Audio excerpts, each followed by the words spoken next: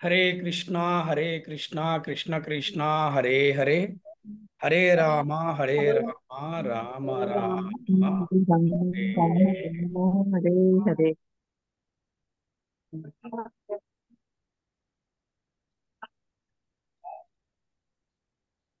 ॐ अज्ञानतिमिरान्धस्य ज्ञानाञ्जनशलाकया चक्षुरुन्मीलितं येन तस्मै श्रीगुरवे नमः। श्रीचैतन्यमनोभीष्टं स्थापितं येन भूतले स्वयं रूपः कदा मह्यं ददाति स्वपदान्तिकम्। नमावो विष्णुपदाय कृष्णप्रेष्ठाय भूतले श्रीमाते भक्तिवेदान्तस्वामिनिति नामिने। नमस्ते सरस्वती देवे गौरवाणी प्रचारिणे निर्विशेष शून्यवादी पाश्चात्यते सतारिणे।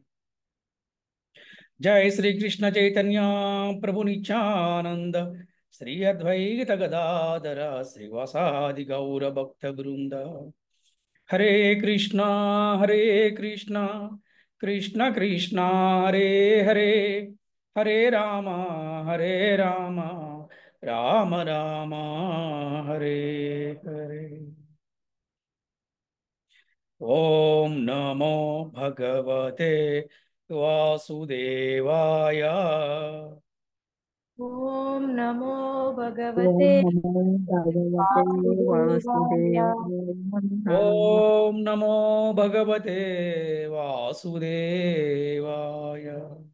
ओम ॐ नमो नमो भगवते भगवते वासुदेवाय। ओम वासुदेवाय। नमो भगवते वासुदेवाय। ॐ ओम नमो भगवते ओम नमो वासुदेवाय। भगवते वासुदेवाय। హరే కృష్ణ. ఈనాటి నిత్యం భాగవత సేవయ క్లాస్కి ఇచ్చేసినటువంటి భక్తులందరికీ కూడా శ్రీకృష్ణ శుభమస్తు. అలాగే అందరికీ కూడా ఆత్మీయ ఆహ్వానం పలుకుతున్నాం. హరే కృష్ణ. మరి నారదముని ఉపదేశాలు నిన్న డే 1 నిత్యం భాగవత సేవలో నారదమునితో మొదలుపెట్టాం మనం. మనకు తెలుసు నారదముని వేదవ్యాసుడికే గురువు. అందుకని ఈ నిత్యం భాగవత సేవయ నారదముని ఉపదేశాలతో మనం మొదలుపెట్టాము.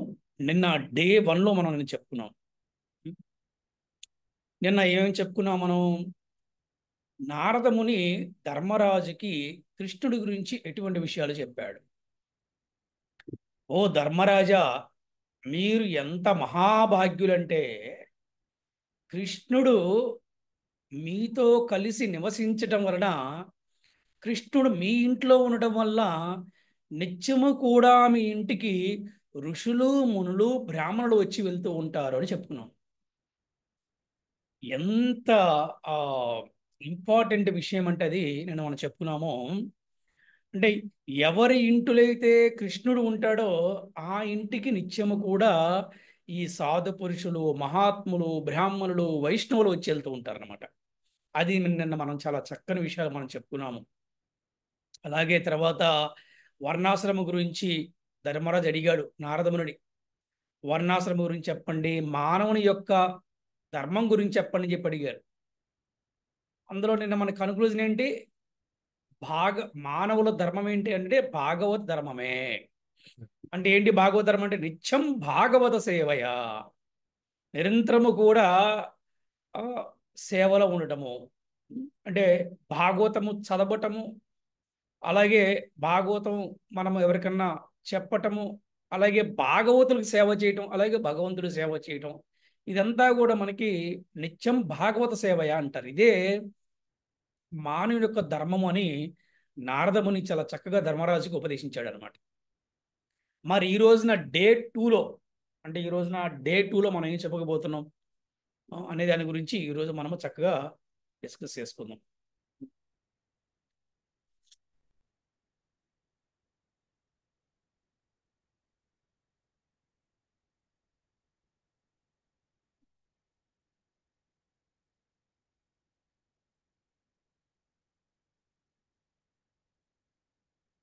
ఉమ్.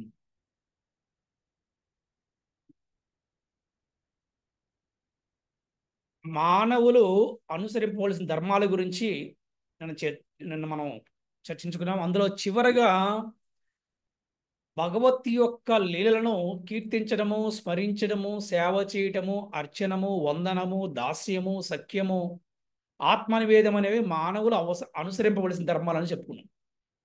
ఇటువంటి లక్షణాలు కలిగిన మానవుడు దేవదేవుని ప్రసన్నం చేయగలుగుతాడు అని చెప్తున్నారు.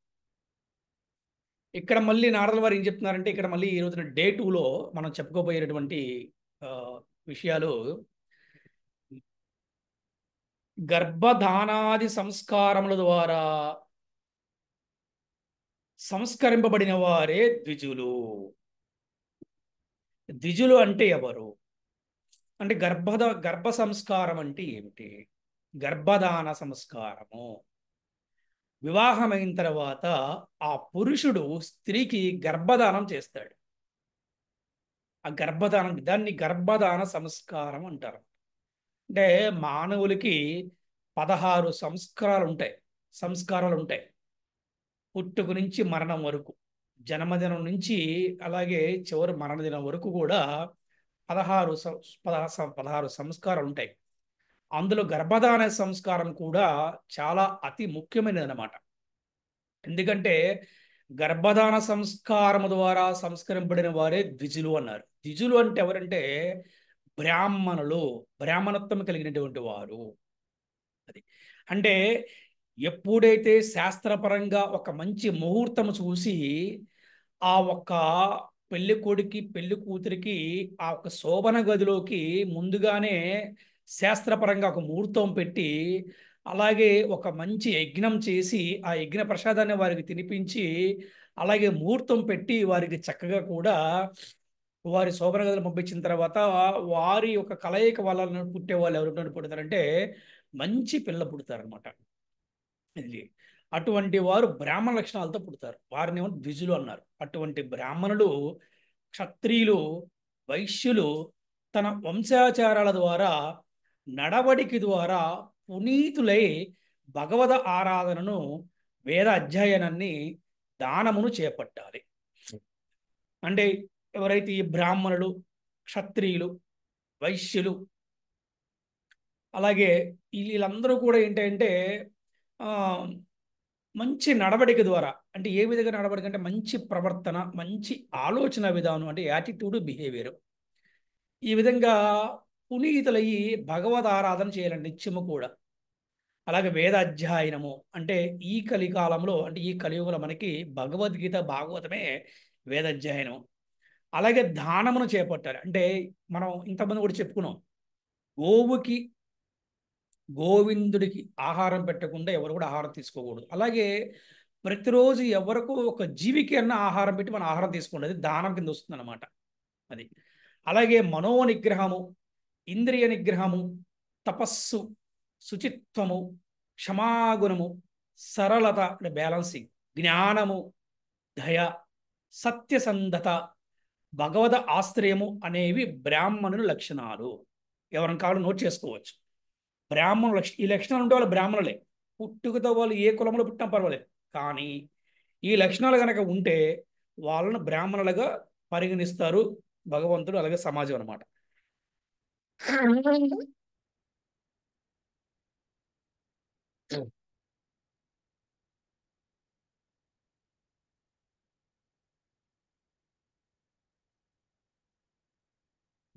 ఇకపోతే ఇంకేం చెప్తున్నారు నెక్స్ట్, యుద్ధంలో శౌర్యము, వీరత్వము, ధైర్యము, తేజస్సు, త్యాగము, దేహ అవసరాల నియంత్రణము అంటే ఎంతవరకు కావాలో అంతవరకే. అలాగే క్షమాగుణము, ఇది చాలా ఇంపార్టెంట్ అండి. ఎవరికైనా క్షమాగుణం లేని వాడు పశువుతో సమానం చెప్తారన్నమాట. ఒకటి క్షమాగుణం ఉండాలి, లేదా తర్వాత కృతజ్ఞతాభావం ఉండాలి. ఈ రెండు లేనివాడు పశువుతో సమానం అని చెప్తారు మన పెద్దలు. అలాగే బ్రాహ్మణుల పట్ల అనురక్తి, ప్రసన్నత, సత్యసంధత అనేవి క్షత్రియ లక్షణాలు అన్నమాట. ఏ క్షత్రియుడైనా బ్రాహ్మణులను, గోవులను చక్కగా అతను గౌరవించి పూజిస్తాడో ఆ రాజ్యమంతా కూడా రామరాజ్యంలాగా ఉంటుందంట. అందుకని ప్రతి ఒక్క క్షత్రియుడు, ప్రతి ఒక్క రాజు కూడా బ్రాహ్మణుని, గోవులని, పిల్లలని, ముసలవారిని చాలా చక్కగా చూసుకోవాలని శాస్త్రం చెప్తుందనమాట. అలాగే దేవతలు, గురువు, విష్ణువు పట్ల భక్తిని కలిగి ఉండడము, ఉం, అలాగే ధర్మార్థ కామముల పురోగతికి ప్రయత్నించడము, గురు శాస్త్ర వాక్యాలను విశ్వసించడము, అంటే గురువు పట్ల విశ్వాసం ఉండాలి. అలాగే శాస్త్రం పట్ల కూడా విశ్వాసం ఏముందంటే భగవద్గీత, ఏముందంటే భాగవతం, ఏముంది గురువు అని అనుకోకూడదు అనమాట. వారి పట్ల విశ్వాసం ఉండాలి. అలాగే ధనార్జనకు నేర్పుతో ప్రయత్నించడం అనేవి వైశ్యుని లక్షణాలు. ఇవి వైష్ణవ లక్షణాలు. ఈ వైష్ణవ లక్షణాలు ఏం చెప్పారు ఇక్కడ మనకి? దేవతలు, గురువు, అలాగే విష్ణువు పట్ల భక్తిని కలిగి ఉండటము, ధర్మార్థకాలు పొడిగించడము, ఈ ధనార్జనకు నేర్పుతో ప్రయత్నించడము, ఎలా పడితే అలాగే సంపాదించడం కాదు, నేర్పుతో, ఓర్పుతో, ధర్మబద్ధంగా ప్రయత్నించడం, ఇవన్నీ కూడా వయసుని యొక్క లక్షణాలు అన్నమాట. అది. ఇకపోతే భర్తను సేవించడము, అనుకూలవతిగా ఉండడము, భర్త యొక్క బంధువు మిత్రుల పట్ల అనుకూలముగా ఉండడము, భర్త చేసే వ్రతాలను అనుసరించడము అనే 4 నియమాలను పతివ్రత అయిన స్త్రీ పాటించాలి. ఇప్పటివరకు బ్రాహ్మణుల గురించి, క్షత్రియ గురించి, వయసుల గురించి చెప్పారు. ఇప్పుడు మరి ఇక్కడ స్త్రీ గురించి చెప్తున్నారు. ఎవరు? నారదుల వారే ధర్మరాజు చెప్తున్నాడు అన్నమాట ఈ ఉపదేశాలన్నీ కూడా. ఏం చెప్తున్నాడు? స్త్రీ ఎలా ఉండాలంట? భర్త యొక్క బంధుమిత్రుల పట్ల కూడా అనుకూలంతో ఉండాలంట. అలాగే భర్తను సేవించడంతో అనుకూలవతిగా ఉండడాలంట. అలాగే భర్త చేసే వ్రతాలను కూడా అనుసరించడము అనే 4 నియమాలను పతివ్రత అయిన స్త్రీ పాటించాలి. సాధ్వి అయిన స్త్రీ లోభము లేనిదై అన్ని పరిస్థితుల్లోనూ సంతుష్టురాలై ఉండాలంట. అంతేగాని డబ్బు సంపాదిస్తేనే నా భర్త చాలా గొప్పవాడు అనే అలా కాకుండా ఎలా ఉండాలి? సాధ్విలా ఉండాలంటే కుంతీదేవిలా ఉండాలి. ప్రతి స్త్రీ కూడా కుంతీదేవిలా ఉండాలి. ఏ స్త్రీ అయితే కుంతీదేవి అంత ఓర్పుతో సహనం ఉంటుందో ఆ కుటుంబం ఎప్పుడు కూడా నిత్యము కూడా ఆనందంగా ఉంటుంది అనమాట. అందుకే ప్రతి స్త్రీ కూడా సాధ్విలా ఉండాలంట. సాధ్వి అంటే నిరంతరం భగవంతుడి సేవలు ఉంటే సాధ్వి అంటారనమాట. అది అలా ఉండండి. లోభం లేకుండా ఉండాలి. అన్ని పరిస్థితుల్లో సంతుష్టురాలై ఉండాలన్నమాట. పెద్దలు చెప్తారు, భర్త చెట్టు కింద కాపురం పెడితే భార్య కూడా భర్తను ఉండాలి అంటారనమాట. చూసాం కదా మనం. రాముడితో పాటు సీతాదేవి వెళ్ళాలని చెప్పండి. సీతాదేవి అడవులకు వెళ్ళాల్సిన అవసరం లేదు. సీతాదేవి రాముడితో వనవాసం చేసిన అవసరం లేదు. అది రాముడికే కానీ సీతాదేవికి కాదు. కానీ సీతాదేవి అని చెప్పింది, భర్త ఎక్కడ ఉంటే భార్య కూడా అక్కడే ఉండాలి. అంటే ఈ సమాజానికి చూపించారు వాళ్ళు. ఒక మంచి ఆదర్శమైనటువంటి భార్యాభర్తలాగా చూపించారు అనమాట. అలా ఉండాలి భార్య అంటే. అంతేగాని నీకు అంత జీతం అనుకున్నాను, ఇప్పుడు నాకు మోసం చేశావు, నీకు H1B ఉందని చెప్పి అనుకున్నప్పుడు నేను మోసం చేశావు, డైవర్స్ కట్టిఫ్ అనకూడదు అనమాట. అలాగే గృహ కలాపాలను దక్షతతో నెరవేర్చగలిగి ఉండాలి. సత్యము, ప్రియమైన వాక్కులను పలికేదిగా ఉండాలి. సావధానురాలుగా ఉండాలి. శుచి, శుభ్రత కలిగి ఉండాలి. ఇది చాలా ఇంపార్టెంట్. అందుకే ఇంట్లో గృహిణిని గృహలక్ష్మి అంటారనమాట. ఎందుకంటే ఒకప్పుడు స్త్రీని చూడంగానే నమస్కారం పెట్టాలనిపించేది. అయితే ఇప్పుడు కూడా చాలామంది మాతాజీలని మన స్త్రీలను చూస్తే నమస్కారం పెట్టారు. కానీ కొంతమంది చూస్తే ఎలా ఉంటుందంటే మొహం కూడా చూడాలనిపించింది. ఎందుకంటే ఆ మొహం బొట్టు కూడా ఉండదు అనమాట. అటువంటి పరిస్థితి ఉండకూడదు. అందుకనే శుచి, శుభ్రత, మరి నుదుటిన ఒక బొట్టు, ఒక కుంకుమ అనేది కూడా చాలా, ఇవన్నీ కూడా చక్కగా ఉండవలసినటువంటి అవసరాలు. ఆ విధంగా ఆమె పతితుడు కానట్టి భర్తను అనురాగముతో సేవించాలి. లక్ష్మీదేవిలాగా భర్తను సేవించిన వనిత భక్తుడైన భర్తతో పాటు వైకుంఠానికి వెళ్ళి నిత్య సుఖి అవుతుంది. హరే కృష్ణ హరే కృష్ణ కృష్ణ కృష్ణ హరే హరే, హరే రామ హరే రామ రామ రామ హరే. నారదుల వారు ధర్మరాజుకి చాలా చక్కగా చెప్పారు. బ్రాహ్మణుల యొక్క లక్షణాలు ఏంటి, క్షత్రియ లక్షణాలు ఏంటి, వైశ్యుల లక్షణాలు ఏంటి, వాళ్ళు ఏం చేయాలి, అలాగే స్త్రీ గురించి కూడా చాలా చక్కగా ఇక్కడ చెప్పడం జరిగింది. అలా చేయటం వల్ల ఏమవుతుందంటే, చూడండి మన వివాహ సంస్కారంలో కూడా ఈ ఒక్క పెళ్లి కుమారుణ్ణి విష్ణు అంశగా, పెళ్లి కూతురు లక్ష్మీదేవి అంశగా మంత్రాలు చదివి పెళ్లి చేస్తారు. మీరు ఎవరైనా చూసారో లేదో. అంటే ప్రతి స్త్రీ కూడా లక్ష్మీదేవిలాగా భర్తకు సేవ చేయమని, ప్రతి పురుషుడు కూడా విష్ణుమూర్తిలాగా ఆ, భార్యకి ప్రేమను అందించాలి అని అండి. అలా ఉండేవారంట చక్కగా వైకుంఠానికి వెళ్ళి నిత్యమూడ సుఖాన్ని పొందుతారంట. మరి ఇకపోతే మళ్ళీ ఇక్కడ నారదముని మళ్ళీ బ్రహ్మచర్యము, గృహస్థ, వానప్రస్థ సన్యాసాశ్రమం గురించి విస్తారంగా వర్ణిస్తున్నారు. మళ్ళీ ఇక్కడ ఇప్పటివరకు ఏం చెప్పారంటే ఇప్పటి వరకు మనకి ఈ వర్ణాశ్రమం గురించి చెప్పారు, వర్ణాల గురించి చెప్పారు, బ్రాహ్మణ, క్షత్రియ, వైశ్య గురించి చెప్పారు, అలాగే స్త్రీ గురించి చెప్పారు.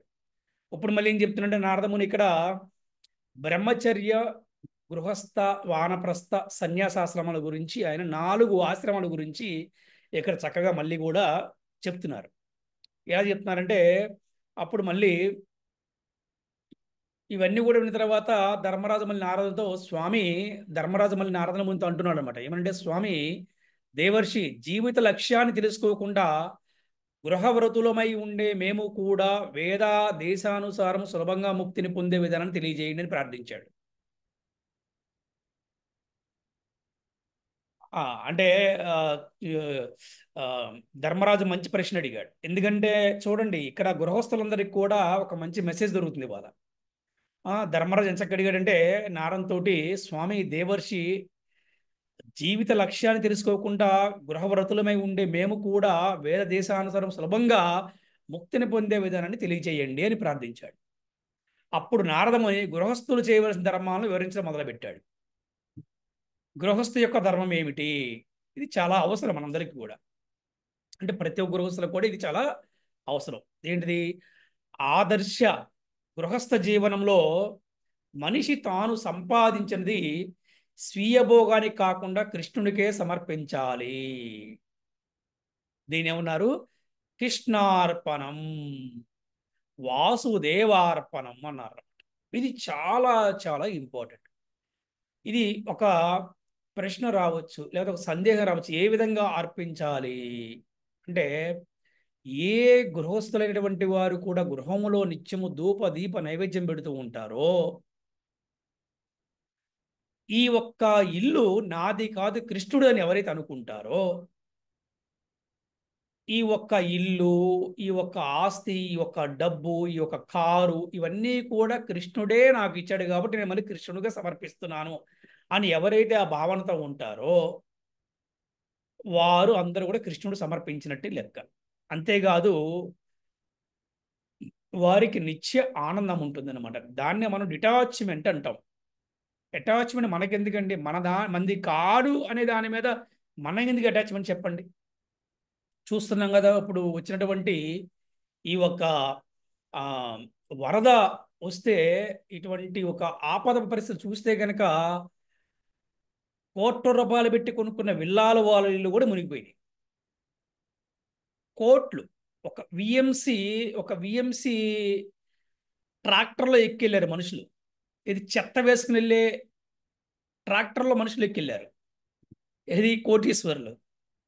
అందుకని ఇదేది కూడా మనది కాదు కాబట్టి వాటి పట్ల మనకి అటాచ్మెంట్ లేకుండా భగవంతుడి పట్ల మనకి అటాచ్మెంట్ ఉండాలి. అలాగే వాసుదేవుని సంతృప్తిపరిచే విధానము మహాభక్తుల సాంగత్యం ద్వారా చక్కగా బోధపడుతుంది. మరి ఏ విధంగా వాసుదేవుని సంతృప్తిపడతామండి? ఏ విధంగా కృష్ణుణ్ణి మనం సంతృప్తిపరచగలమంటే మహాభక్తుల సాంగత్యం ద్వారా చక్కగా బోధపడుతుంది. ఎవరు ఆ మహాభక్తులు అంటే? ప్రవచనకారులు, శిక్షా గురువులు, దీక్షా గురువులు, మహాభాగవతులు, వీరందరూ వైష్ణవులు. వీళ్ళందరూ కూడా ఎవరి కింద వస్తారంటే మహాభక్తుల కింద వస్తారన్నమాట. వారు చక్కగా బోధిస్తారు ఎలాగా కృష్ణుని ఏ విధంగా సంతోషపెట్టాలి. అలాగే భాగవతాది గ్రంథాలలో వర్ణింపబడిన భగవల్లీలామృత పానంతో మనిషి నెమ్మదిగా పుత్ర కళాతృతుల పట్ల గల అనురాగం నుండి విరక్తులవుతాడు. ఎలాగంట? భగవల్లీలామృత పానంతో అంట. మరి ఈరోజు కూడా మనందరం కూడా భగవల్లీల అమృతాన్ని మనందరం కూడా సేవిస్తున్నాం కదా, అంటే చక్కగా వింటున్నాం. అదే అమృతము. అందుకే శ్రీకృష్ణ లీలామృతం అంటారు, భగవల్లీలామృతం అనమాట. అది అంటే ఎవరైతే ఈ విధంగా నిత్యము కూడా ఈ విధంగా భగవంతుడి లీలలు వింటూ ఉంటారో వాళ్ళు నెమ్మదిగంట పుత్ర కళాతృతుల పట్ల అంటే వాళ్ళ ఒక సంతానం పట్ల అనురాగం నుండి విరక్తి అవుతా అంటే ఏ విధంగా అంటే వివాహం చేశాను వీళ్ళకి ఇంకా వాళ్ళ లైఫ్ వాళ్ళది, నేను మాత్రం పూర్తిగా భగవంతుడి సేవలో ఉంటాను, అది విరక్తి అంటే. అంతేగా అన్ని వదిలేసి నేను ఎక్కడికి వెళ్ళి కామ కూర్చుంటాను, హిమాలయాలకు వెళ్ళిపోతాను అంటే కాదనమాట. అంటే భగవంతుడి పట్లేమో అనురాగము, అలాగే పుత్రుల పట్ల మాత్రం విరక్తి అనమాట. వివేకవంతుడు గృహాసక్తుడై ఉన్నట్లు గోచరించినప్పటికీను సంగములో అనాసక్తుడయి జీవిస్తాడు. మిత్రులు, సంతానము, తల్లిదండ్రులు, సోదరులు ఇంకెవరైనా సలహాలు ఇచ్చినప్పుడు అవును ఇది బాగానే ఉంది అని బాహ్యానికి అంగీకరించిన జీవిత ప్రయోజనము సిద్ధింపనట్టి జటిలమైన జీవితాన్ని తయారు చేసుకోనని తెలివిగలగవాడు కృతనిశ్చయుడై ఉండాలి. నెక్స్ట్ ఇంకేం చెప్పారు, భార్య పట్ల అనురాగము ఎంత ప్రబలమైనదంటే విచక్షణారహితుడైన పురుషుడు ఆమె కొరకు తన ప్రాణాన్నే వదులుకుంటాడు, లేదా తల్లిదండ్రులు గురువుతో సహా ఎవరినైనా సంహరించాలని సిద్ధపడతాడు. ఇది చూడండి, అంటే ఇప్పుడు మనం చూస్తుంటాం అన్ని కుటుంబాలు, కొన్ని కొన్ని కుటుంబాల్లో తల్లిదండ్రులని గురువుని అంటే సరే సంహరించినంత పెద్ద మాట కాకపోయినా వదులుకున్నాను సిద్ధపడతారు, కానీ భార్యని మాత్రం వదులుకోరు. అంటే ఇక్కడ భార్యని వదులుకోవాలని ఉద్దేశం కాదు, జనరల్గా కొంతమందికి వర్తిస్తుంది ఇది. అంటే భార్య పట్టినటువంటి అనురాగం వల్ల తల్లిదండ్రుల్ని గురువుని కూడా వాళ్ళు అశ్రద్ధ చేస్తారని ఇక్కడ మనం అర్థం చేసుకోవచ్చు. అంటే ఈ విషయాన్ని నారదముని ధర్మరాజుకు ఉపదేశిస్తున్నాడు అనమాట. అంటే ధర్మరాజుని కేంద్రంగా పెట్టుకొని సమస్త మానవాళికి కూడా ఇది ఉపదేశిస్తున్నాడు. మరి కాబట్టి దుస్తరమైన భార్యమోహాన్ని విడిచేవాడు అజితుడైన భగవంతుడైనా జయించగలుగుతాడు. అంటే భార్య పట్ల మోహులైన వాడు భగవంతుని కూడా జయించగలుగుతాడంట. వాళ్ళే మహాభాగవతులు అనమాట. నిజానికి భార్య దేహము చివరకు క్రిములుగాను, మలమగాను లేదా బూడిదగాను మారిపోతుంది. కాబట్టి పురుషుడు తెలివితో ఆమె పట్ల ఆకర్షణ విడిచిపెట్టాలి. తుచ్చమైన ఆమె దేహానికి ఉన్న విలువెక్కడ, ఆకాశములాగా సర్వవ్యాప్తమై ఉండే పరమాత్ముని ఘనత ఎక్కడా. అంటే దయచేసి ఎవరు తప్పుగా అనుకోబాకండి, ఇక్కడ ఎవరు కూడా భార్యను తక్కువ చేసే ఉద్దేశం కాదు. నారదుల వారిది, భాగవతమది, అలాగే ప్రవచనగారుది. ఆయన చక్కగా వివరించి ఇక్కడ ఒక ఉద్దేశం ఏంటంటే ఎవరి పట్ల నీకు అనురాగం లేకుండా ఉండాలి ఆయన అని చెప్తున్నాడు అనమాట, అంతకన్నా వేరేది కాదు అది. అలాగే బుద్ధిమంతుడైన మానవుడు భగవత్ప్రసాదాన్ని భుజించి తృప్తి చెందాలి. అలాగే ఆ విధంగా అతడు సర్వాంతర్యామని అర్చించిన వాడు అవుతాడు. శ్రీకృష్ణుడు సర్వ యజ్ఞభోక్త, అతడు యజ్ఞముల ద్వారా ఆహుతులను స్వీకరిస్తాడు. అయినా బ్రాహ్మణుల ముఖత వసగబడిన మృత ధాన్యాదాలు తయారైన అన్నముతో ఆ దేవదేవుడు మరింత ఎక్కువగా సంతృష్టి చెందుతాడు. ఈ కలియుగంలో ఎవరు బ్రాహ్మణులు అంటే కలియుగంలో వైష్ణవులే బ్రాహ్మణుడు అని మనకు శాస్త్రం చెప్తుందన్నమాట.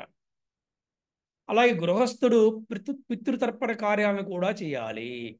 పితృతర్పణ కార్యాలకు ప్రత్యేకమైన సమయాలు చెప్పబడినవి, అవి మానవులకు పరమ మంగళదాయకముగా చెప్పబడినాయి. ఆ కార్యాల వలన మనిషికి అల్పకాలములోనే జీవన సాఫల్యం కలుగుతుంది. హరే కృష్ణ కృష్ణ కృష్ణ హరే హరే, హరే రామ రామ రామ హరే.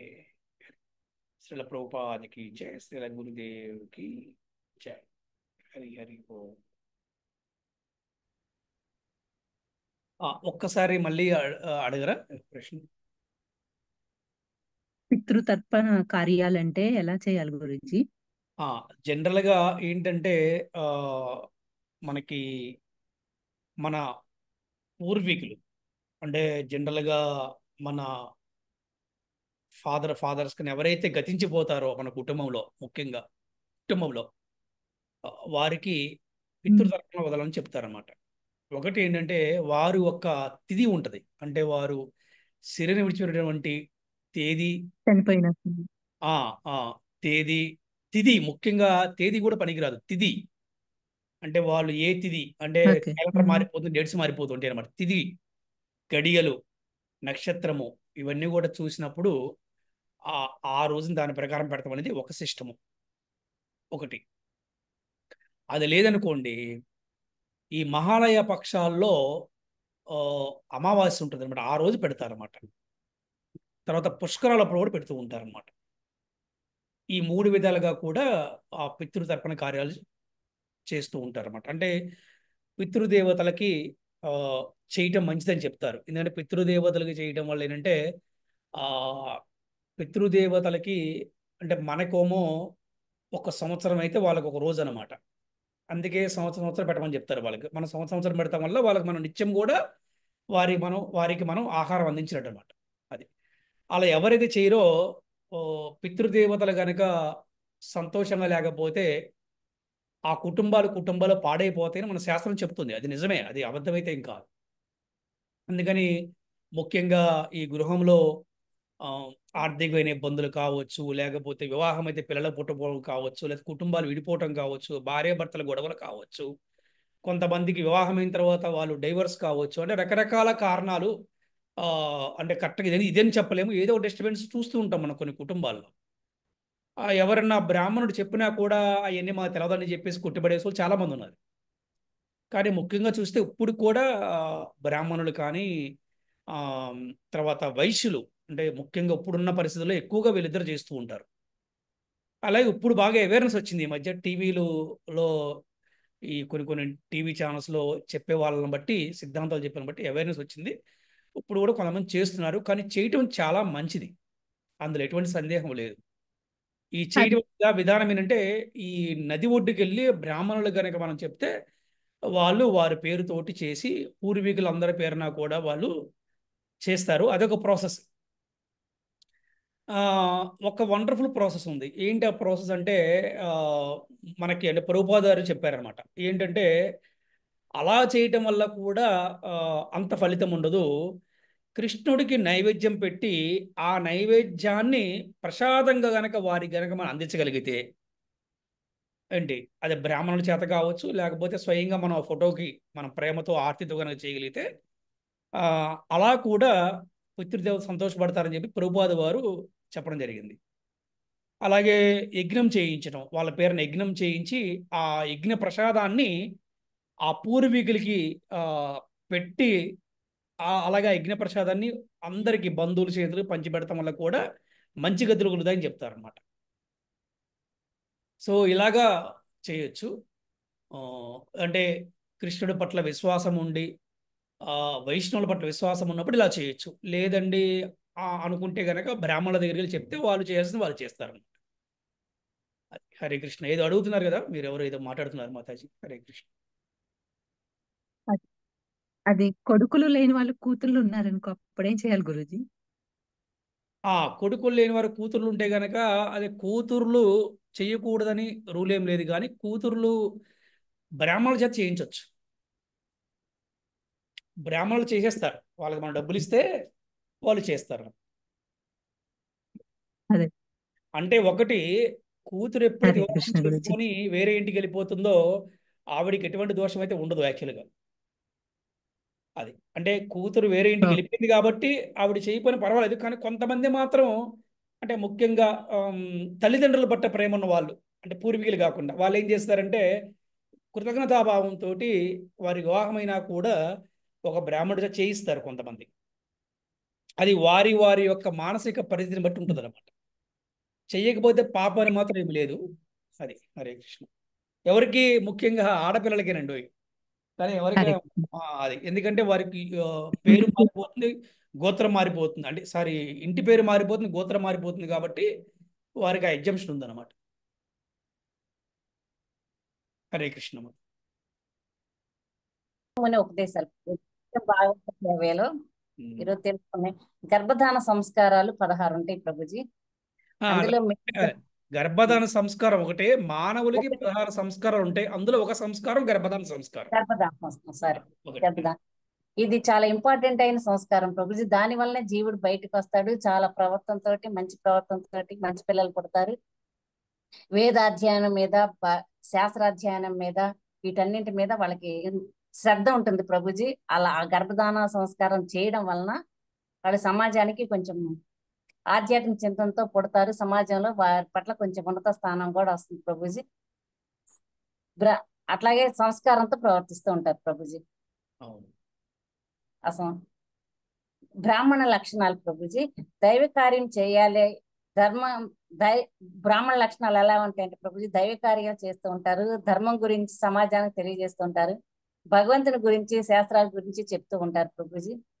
సమాజంలో ఉన్న భక్తులు, సమాజంలో ఉన్న వాళ్ళందరికీ కొంచెం మానవులకి వాళ్ళు భగవంతుడి గురించి చెప్పే ప్రయత్నం చేస్తారు. క్షత్రియులు ప్రభుజీ, యుద్ధంలో శౌర్యము తేజస్సు కలిగి ఉంటారు ప్రభుజీ. క్షమాగుణం, బ్రాహ్మణ పట్ల అనురక్తి కలిగి ఉంటారు. క్షత్రియులు బ్రాహ్మణులు గోవులను రక్షించేవారు క్షత్రియులు అంటారు.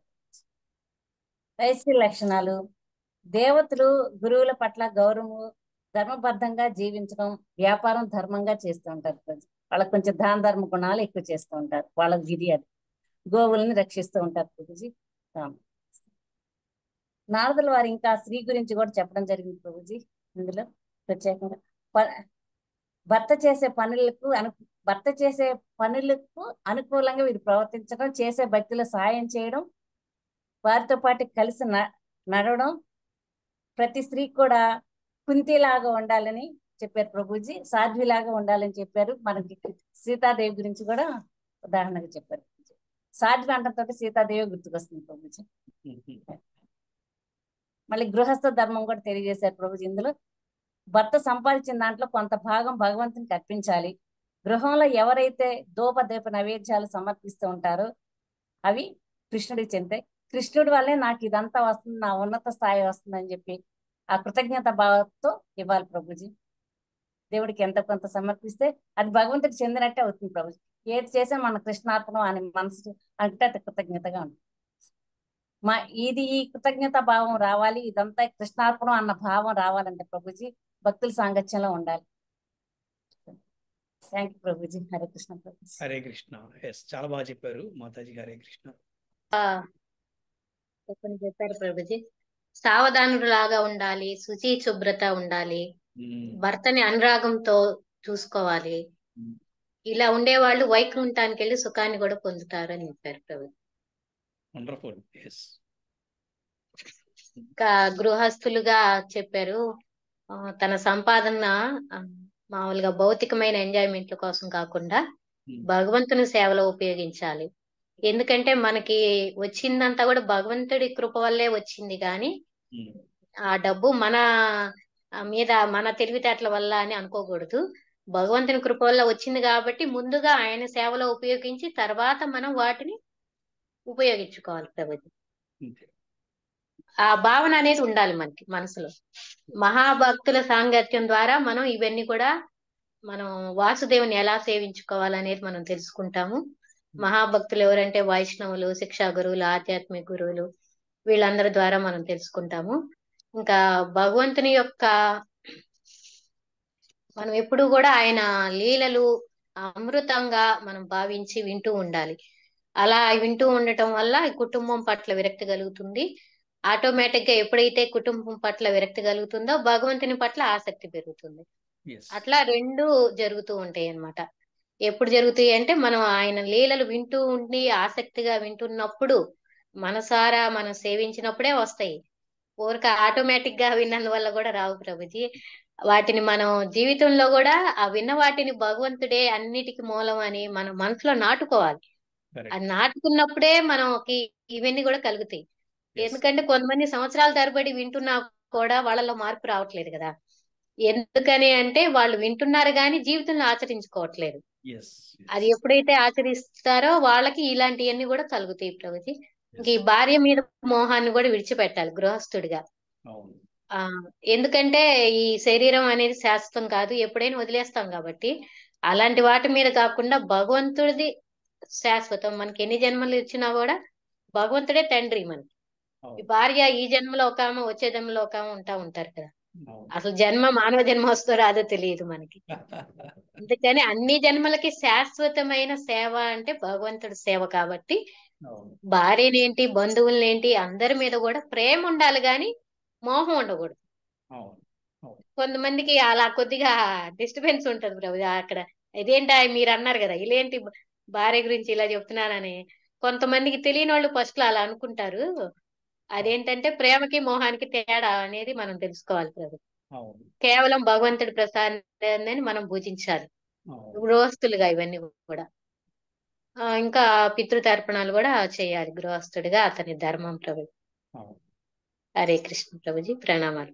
హరే కృష్ణ మధ్య చాలా చక్కగా చెప్పారు. హరే కృష్ణ.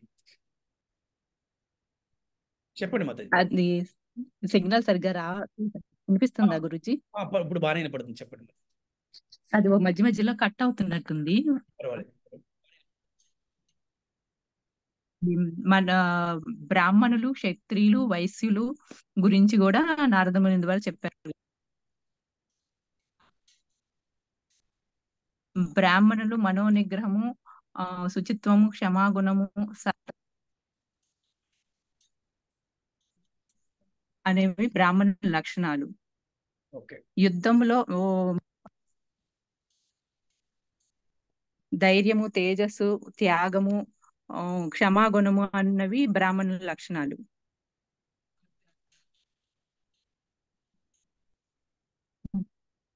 క్షత్రియుల లక్షణాలు దేవతలు, గురు,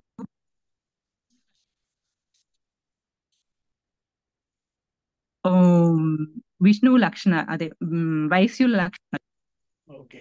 కృష్ణ హరే కృష్ణ కృష్ణ హరే హరే, హరే హరే రామ హరే హరే రామ రామ హరే రామ రామ రామ రామ హరే రామ హరే హరే. హరే కృష్ణ హరే కృష్ణ కృష్ణ కృష్ణ హరే హరే, హరే హరే రామ హరే రామ రామ హరే రామ రామ రామ. రామ రామ హరే శ్రీల ప్రభుపాదికి జై, శ్రీల జై గురుదేవుకి జై. జై. పంచాకల్పతరుభ్యశ్చ కృపా సింధుభ్యశ్చ కృపాసింధుభ్యో పతితానాం పావనేభ్యో పావనేభ్యో వైష్ణవేభ్యో వైష్ణవేభ్యో నమో నమో నమః. నమః. శ్రీ రాధాష్టమి మహామహోత్సవ की जय. हरि జై हरि, हरे कृष्ण. హరే కృష్ణ.